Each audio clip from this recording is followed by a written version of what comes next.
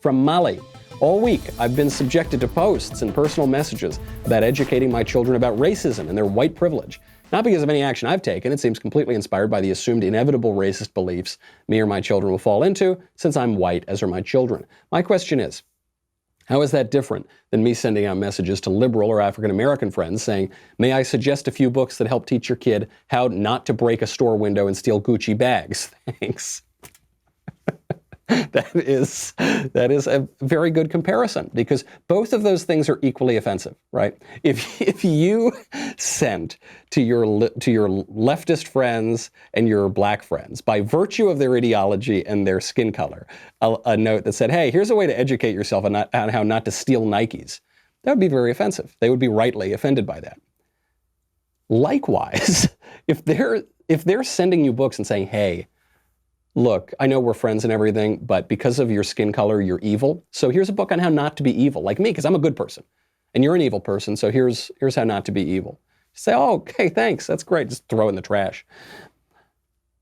It ties in a little bit with the religious answer. White privilege is a stand-in for original sin. It's a stand-in for our natural religious understanding that we're broken, that we're fallen, something's not right, there's injustice in the world. The trouble with white privilege, though, is it allows some people to feel the goodness of like whipping yourself and feel the goodness of atoning for your sins. And it allows other people just to hate you, right? Just to be like, yeah, you're the problem, not me. I have no problems. So it actually is kind of exacerbates the worst parts of both of this, because it makes some people aware of their imperfection, but with nothing to do about it. And it actually leaves other people ignorant of their own imperfections and breeds hatred and division in the country.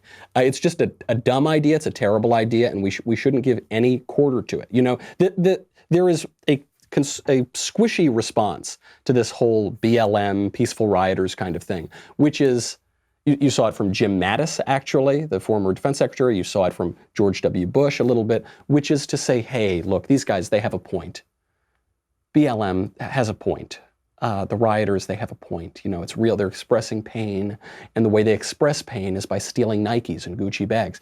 No, they don't have a point. They don't. It's a lie. It is based on a lie. We went through the numbers yesterday.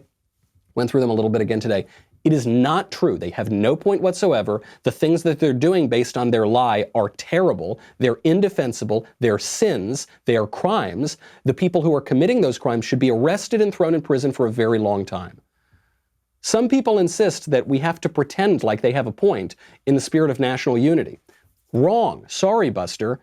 Actually, if you pretend they have a point, you are achieving precisely the opposite of national unity. You are encouraging discord, you're encouraging strife, you're encouraging violence for nothing, for a lie, for a rank lie. Don't do it. Much, much better to take a clean and truthful approach.